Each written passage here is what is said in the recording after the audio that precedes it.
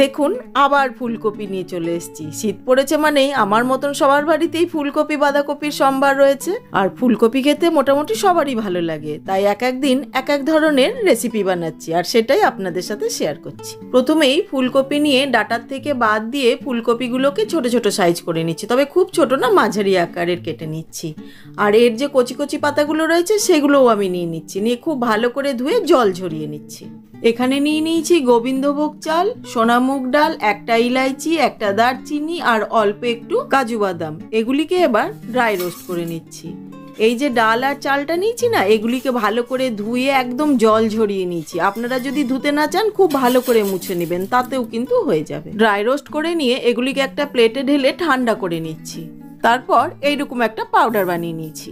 এবার কড়াইতে সর্ষের তেল গরম করে দিয়ে দিলাম শুকনো লঙ্কা, জিরে, অল্প একটু মেথি, হিঙের পাউডার। একটু সময় ফোড়নটাকে ভেজে নিয়ে দিয়ে দিলাম এক মুঠো কিশমিশ আর কেটে ধুয়ে রাখা ফুলকপি। এইবার ফুলকপিগুলোকে প্রায় 5-7 মিনিটের জন্য ভেজে নিচ্ছি। ভাজা হয়ে গেছে, দিয়ে দিচ্ছি প্রয়োজন মতন লবণ, সামান্য একটু হলুদ দিয়ে আরও কিছুক্ষণ ভেজে নিচ্ছি। এদিকে একটা পেস্ট বানিয়ে নেব, তার জন্য নিয়েছি টমেটো, কাঁচা লঙ্কা, আদা আর বেশ খানিকটা ধনেপাতা। পেস্টটা রেডি হয়ে গেছে, সেটা দিয়ে দিচ্ছি।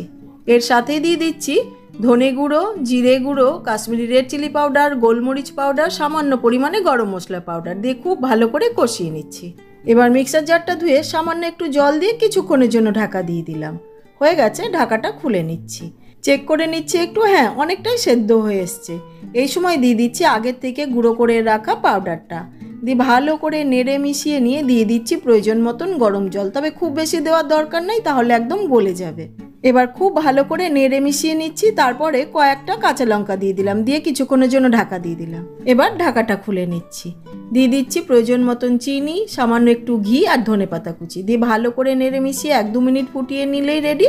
এবার গ্যাসটা অফ করে একটি প্লেটে সার্ভ করে দিচ্ছি। এখন ফুলকপি প্রায় প্রতিদিনই হবে, তবে এই রেসিপিটা একদিন বানিয়ে দেখবেন, দারুণ লাগে খেতে। ভাত, রুটি, পরোটা সব কিছুর সাথেই জমে যাবে। আমাদের বাড়ির প্রত্যেকেরই খুব ভালো লেগেছে রেসিপিটা।